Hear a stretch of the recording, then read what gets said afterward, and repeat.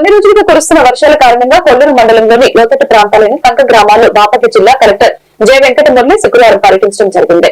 మండలాధికారులు అందుబాటులో ఉండి ప్రజలకి కావాల్సిన ఏర్పాట్లను చూస్తారని తెలిపారు. ఈ పర్యటనలో రేపల్ల ఆర్టీఓ హేలా షారూన్, కొల్లూరు మండల తహసీల్దార్ పుల్లారావు, ఎంపీడీఓ లక్ష్మీకుమారి ఇతర అధికారులు పాల్గొన్నారు.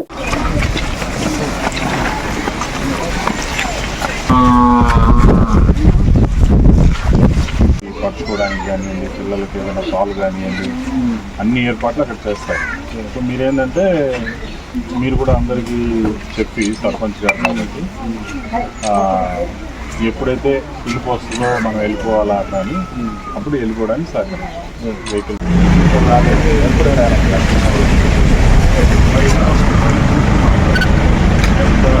మనకు హెవీ రెయిన్ఫాల్ అనేది పడతా ఉంది రాష్ట్రంలో.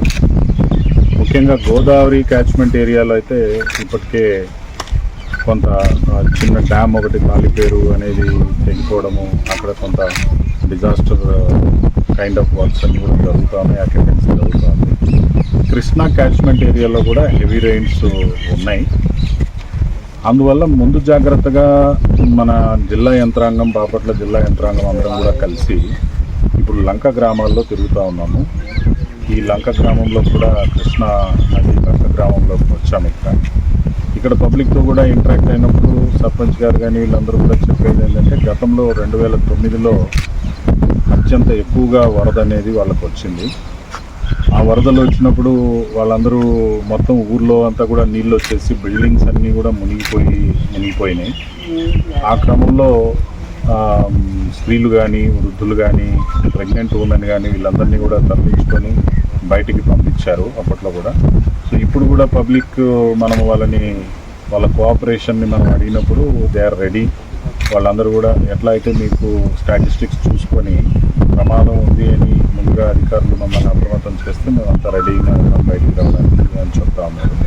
సో దాన్ని బట్టి మొట్టమొదట మనం ఏం చేస్తామంటే ప్రకాశం బ్యారేజ్లో ఉన్నటువంటి లెవెల్స్ని అనుక్షణము 24 hours కనిపెడుతూ ఉంటాము.